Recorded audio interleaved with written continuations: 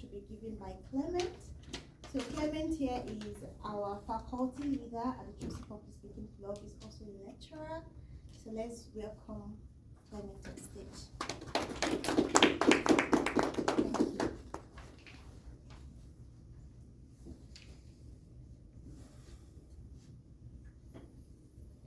No one was ever good at anything right away.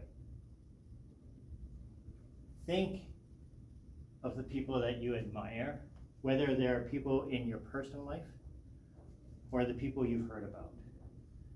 The famous actors, the inventors, the athletes, the musicians. And then imagine where they were when they were 5 years old, or 10 years old, or even 15. And some of them maybe had a natural gift, and some of them had a talent, but they had to nurture it. And some of them had support, and some of them didn't. And there's pros and cons to that. People who had to figure it out on their own, practice because they were drawn to something. And we are drawn to be here today out of all the places we could be at to improve on ourselves and to connect with each other. Now they say on many, many studies that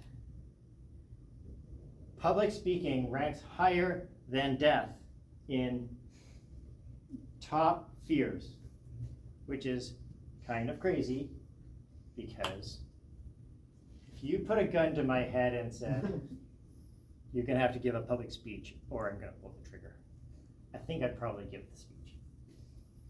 Okay. I've talked a little bit about where this comes from. There's a article on Psychology Today, and I'll very, very quickly simplify the explanation that the fear of public speaking may be related to our Neanderthal brains and the fear of loss of respect of our tribe, because we still feel like we depend on our tribe for safety, respect, and even survival. And that's where the nervousness comes in. And maybe the reluctance to imagine. And the reluctance to take risks. So, last week, one of our newest members, Vanessa, asked me, how do you give a speech? Because we're watching stuff and we're seeing these evaluations, but have we really been trained on how to give a speech? This is my basic breakdown.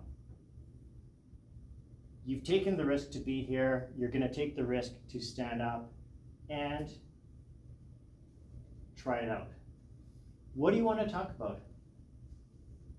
When I was younger, I had no self-confidence, and it took me a while to develop that.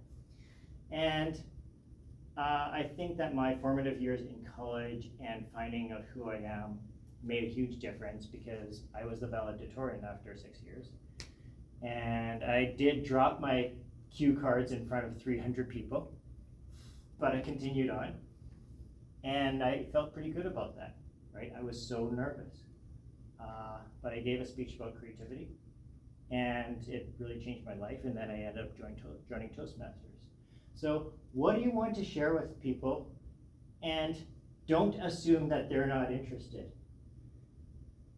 There was a member in my Toastmasters club who was obsessed about football, and I don't care about football.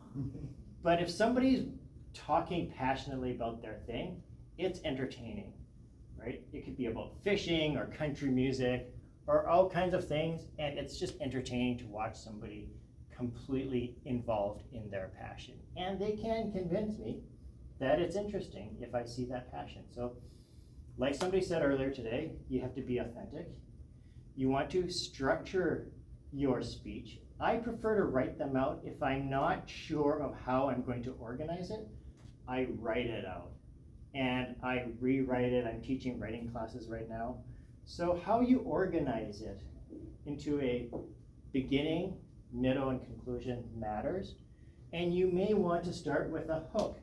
Instead of saying, "Hi, my name's Clement, I'm here to give a speech today," because it works, but it's a little bit easy. Maybe you start with an opening line like, "No one was ever good at anything right away." And then they go, "What? Where's he going with this?"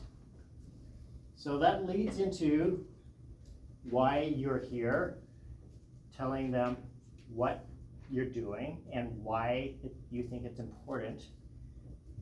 And of course you are using all the little techniques like moving your body around, looking at everybody, using jokes, quotes, personal anecdotes to reinforce your message, and then wrapping it up and sometimes maybe repeating some of your primary points from the beginning so that it kind of feels all contained.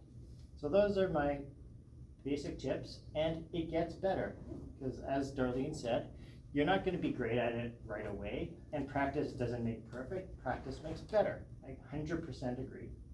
You just keep getting better at it, and then it feels less nerve-wracking the more you do it. Thank you so much.